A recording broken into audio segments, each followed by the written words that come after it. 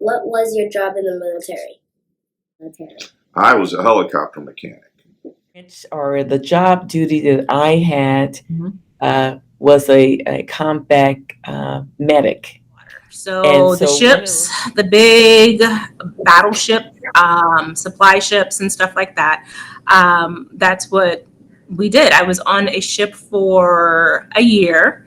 Then I had my son, and then I went back to ship duty, but not actually on a ship. I was in a CB unit, which is a unit of the Navy that's construction workers. So they deploy around the world 6 months out of the year. And so that's pretty much where I was until I got my land time. And land time is just somewhere on land in the US. So when I was active duty, I was a logistics officer. So I actually helped with a lot of that mobility kind of thing and getting people ready to go places. And I actually worked at Andrews Air Force Base, which is kind of a cool Air Force base because that's where Air Force One is kept, which is the president's airplane.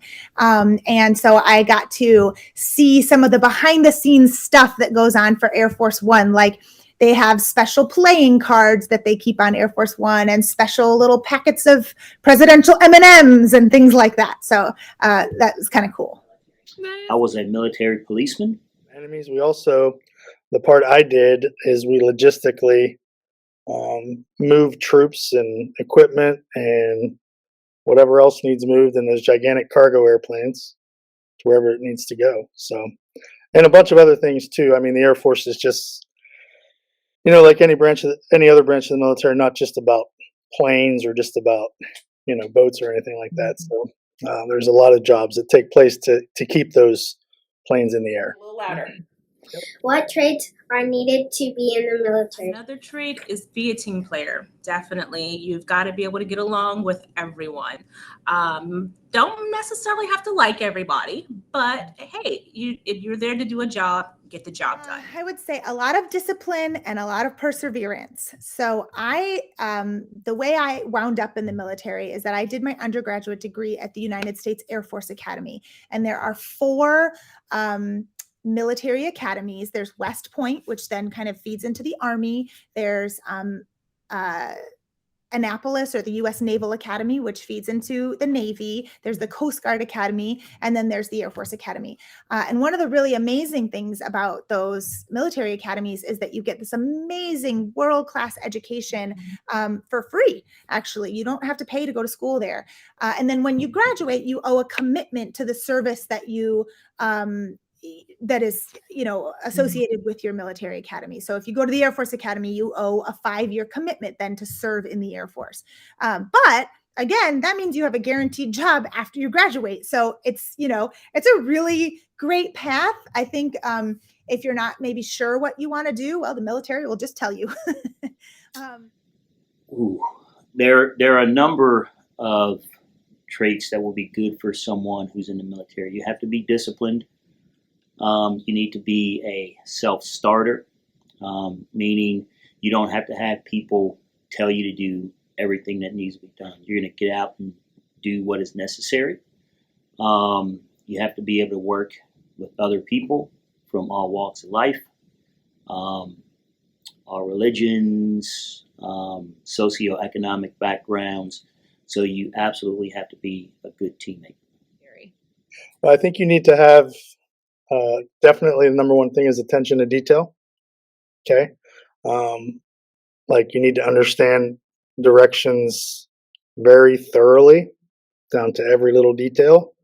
I think that becomes true in all branches of the military because if you mess the job up, then that messes the mission up. So I think attention to detail and the ability to slide whatever ego you have aside and be able to Discipline, responsibility, and actually that's not a trait, but I think you have to be a person that's flexible. One thing that I had to learn, and I was still a young person when I had to learn this, is that when you decide to go into the military, you are pretty much on duty 24/7. You are to be ready at a moment's notice, minute notice, seconds notice, regardless of where you're stationed or what you're doing.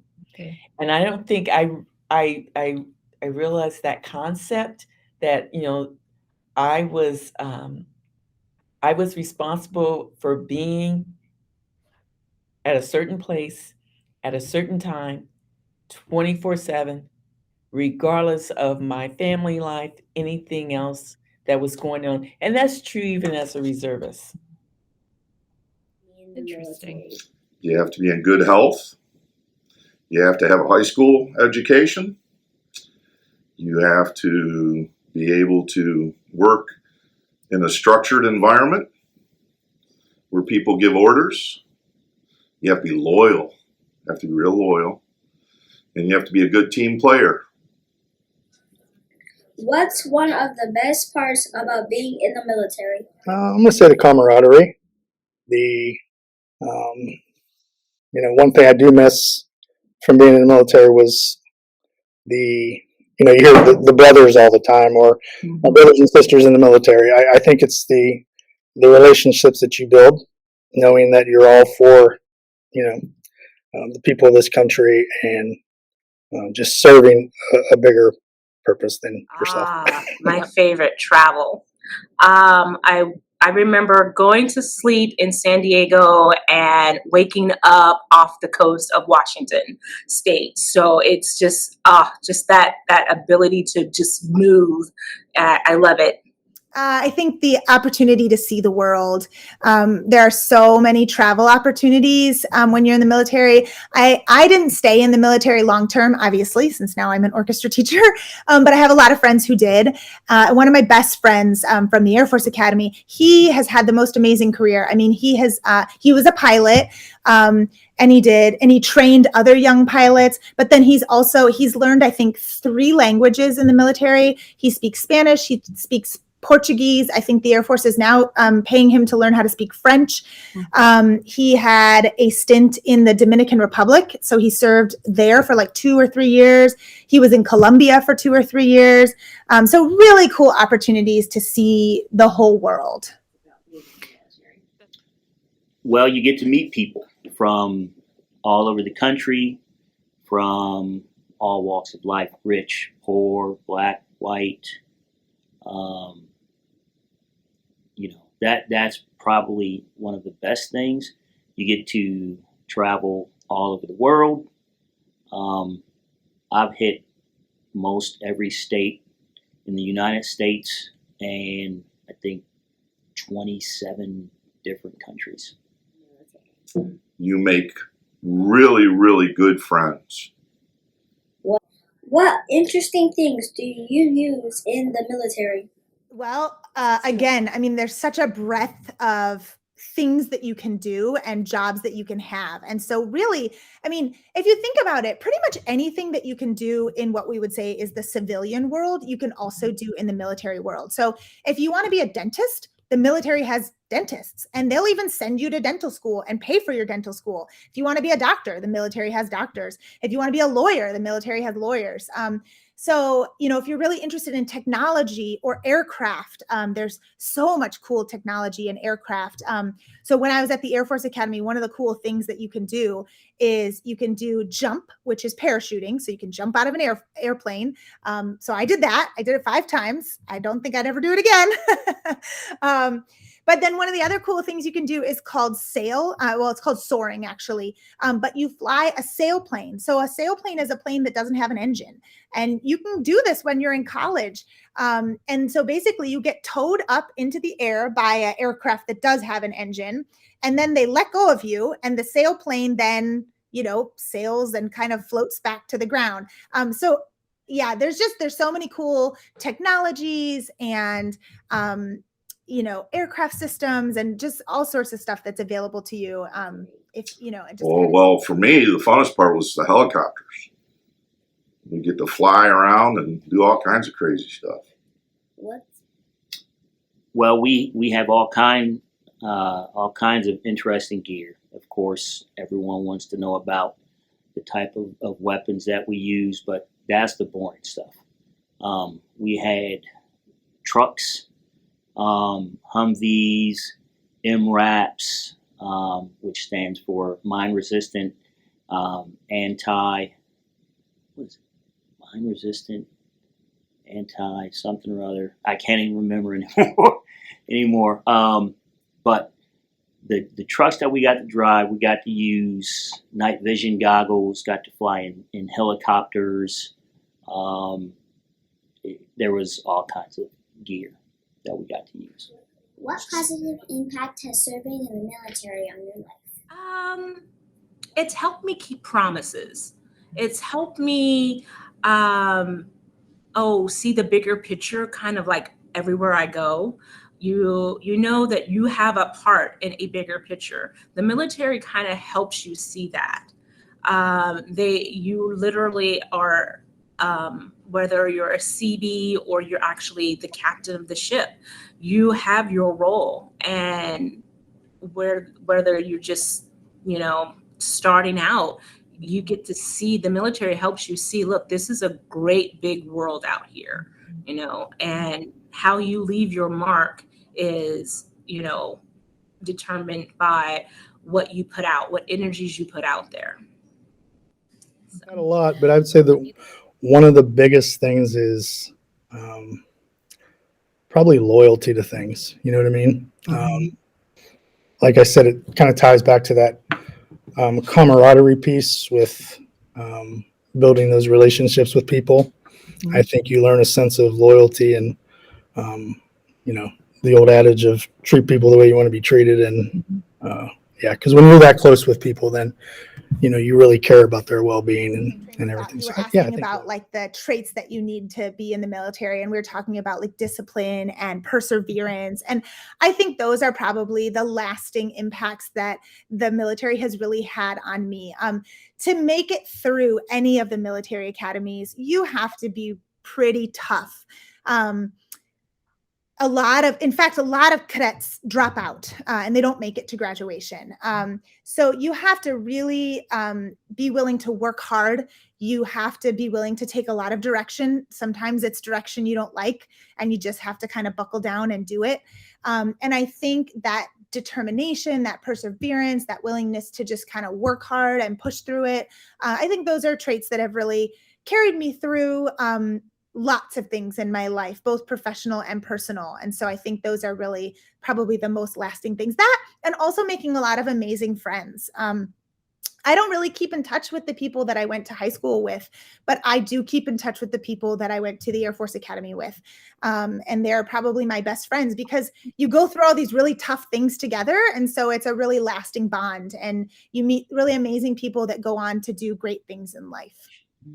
So I think I am more disciplined than I was when I went in initially.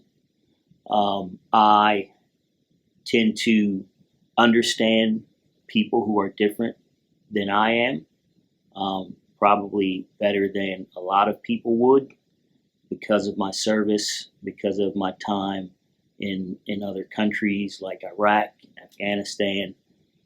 And then as far as other things, I got to pay for my children's education through the military. Well, I was really, really fortunate that I got to work on medevac helicopters, which are ambulances basically that fly in the sky. And they went out and rescued car accident victims in the state of Texas, because when I served, it was peacetime. I wasn't in a wartime army. I was in a peacetime army. So I was very fortunate that I had a mission that I was allowed to go out and I was allowed to fix the helicopters that went out and saved people's lives. And that was really cool. What made you decide to enlist and join the military? I was in college. I had graduated from high school. I went to college my freshman and sophomore year. I still was not sure what I wanted to do. And so I was just at a crossroads as far as, continuing in I declared a major, but I wasn't passionate about that major. So I happened to be watching TV.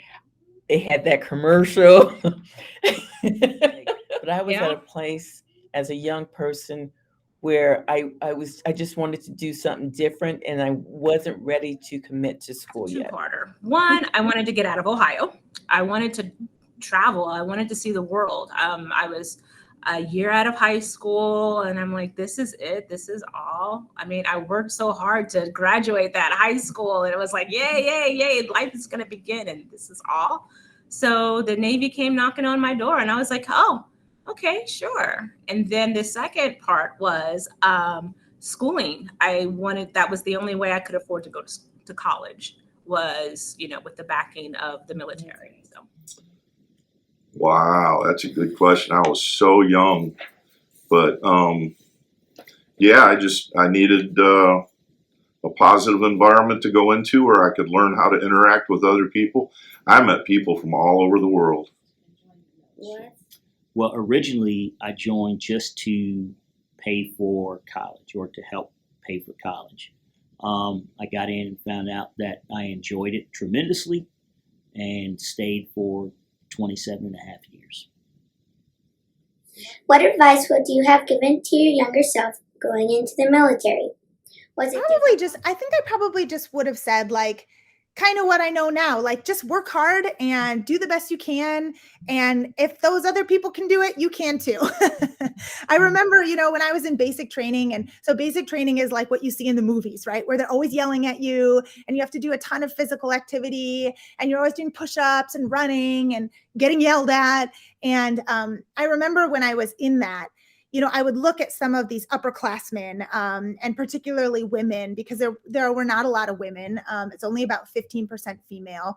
And I would think, oh, if she can do it, I can do it too. And then I think the other thing that I also kind of got me through it is I would just think, I was always hungry because you're working so hard and they're making you do so much work. And so it was like, if I could just make it to lunch, I'll just make it to lunch. If I could just make it to dinner, I'll just make it to dinner, And so it was like just one step at a time, one meal at a time, if that's what it takes to get through. I guess I'm going to go back to that bigger than you thing. I think we should all, that's one of the things you learn when you're in the military is it's not all about you. Okay. So if I was younger, I would tell myself, you should have learned this a long time ago, if that makes sense. That The if I advice could I go would have back, given myself would have been, I would not have signed up as a reservist. I would have went active duty. I would, and the reason why is because I feel like I would have got more out of my military experience by going all in. As a reservist, you go all in initially because you have to do all the same training and you're training alongside these people. And then all of a sudden, your military life stops and you go into this part-time status. And I feel like if I had, say, enlisted, like, say, for 2 years or 3 years or 4 years, I would have got the full experience, of being in the military. I don't feel like I got I felt like I got a part-time experience. Right. Wow, if I could talk to myself at that age, I would think, just be aware that the world is so much bigger than what you think it is. There's so many opportunities. Well, I probably would have told myself to go active duty right away. For someone who goes active duty at age 18, for example, they can retire from the military in 20 years at age 38, take all of the skill and knowledge that they gained in the military, apply it to a civilian career, and do the same job that you did in the military, and retire again. And by the time you are 58 years old, you've retired twice and have 2 pensions, and then you're living a good life. Was it difficult when you returned to the civilian life after serving? Difficult because I was a mom and I was always, I mean, I unfortunately I left my kids with my mom and I came back to my kids. So I was always at work. So, getting deployed and coming back home, it was always it was hard to get back into the routines. But once you're there, kids depend on you and they're going to be there. No, because I kind of bounced right into um, different jobs and was going to college. So I used, what the military offered me um, through the GI Bill. The GI Bill is when they pay for a certain portion of your college. So I took advantage of that. And I think if I wouldn't have did that, Sarah, that would have been a little bit more difficult to transition. But using the benefits that they offered me, kind of seamless for me. So Not really. And then last I question. I kind of knew I didn't want to make it a career. I didn't want to fly. A lot of the people that go to the Air Force Academy really want to be pilots, and it's a great route to go if you want to be a pilot. And I get motion sick, so being a pilot really wasn't going to be my cup of tea. So I kind of knew I didn't want to make it a career, and so I think I was ready to get back into the civilian life. But I will say there are days when I miss it. I miss that camaraderie. I miss the feeling of service. And I mean, being a teacher, I feel like you're still serving your community. But there's a lot of, I don't know, there's a lot of like integrity and dignity that comes with being part of the military. And so I miss that a little bit. But no, I was ready. I was ready to. It was not for me, but that is because I have a strong support system. My wife, my kids, I was involved in other things. So the military wasn't my whole life. I had a good job that I got to come back to. Some people who don't have all of those things do have a hard time, but I did not. Well, I wouldn't call it difficult, but I found myself wishing that I had went that I had went active service in the beginning. So it wasn't difficult, but I liked the military. I kind of liked the structure, and I wanted to get more from my experience, and I felt like I cut myself short by not signing up as a full-time military person. Interesting. So I mean, that's just me. I mean, everybody's different. I just feel like when I reflect on that time in my life, I never thought of myself as going into the military, so I didn't want to make that commitment of going, full active duty. I didn't want to make that. So I said, well, let me just just step into the role by going as a reservist because I only need to do, show up once a month and, once you do all your training and everything. And that's the direction I went. How can we help veterans adjust to this change? Be understanding. Let them know that you're not used to being in that routine. You have regardless on how long you were gone, you had your orders, you were set in that routine, and now coming back, you have to have a whole new routine. And people who don't even understand what you've been through, they don't know the background, so they have to be able to just be a little lenient, be a bit understanding, but eventually you could get there. Great. Fantastic. But Can I also the things we need to do better are just understand that these people were trained to come out of the military for specific jobs, okay? But they're trained to be loyal and they're trained to be quick learners. So even though they might not have the experience, if you give them a shot, I do believe they can learn and adjust a lot better than someone that maybe doesn't have or has seen the things that military people have. So what I think we can do better is just give them a shot. because in the military, everything is streamlined to training them for specific things. You know what I mean? But that doesn't mean that they don't have Great. the awareness to do the job. Fantastic. Every veteran is different. Like I said, I was in a peacetime Army. So on my last day, July 7th, 1977, I was free. So I was very happy. I was excited to be able to return to civilian world and work. But if you're in a wartime Army and you've seen combat, then you need support. You need family, you need friends, you need people that are positive, that can help you readjust to the environment that you're coming home to. I think just being really welcoming and wanting to know about them and asking their stories, what they're willing to share. Everybody has a different experience. I would say my experience was, I don't know if maybe like mild is the right word. I never had to serve in active combat. I was never in a war.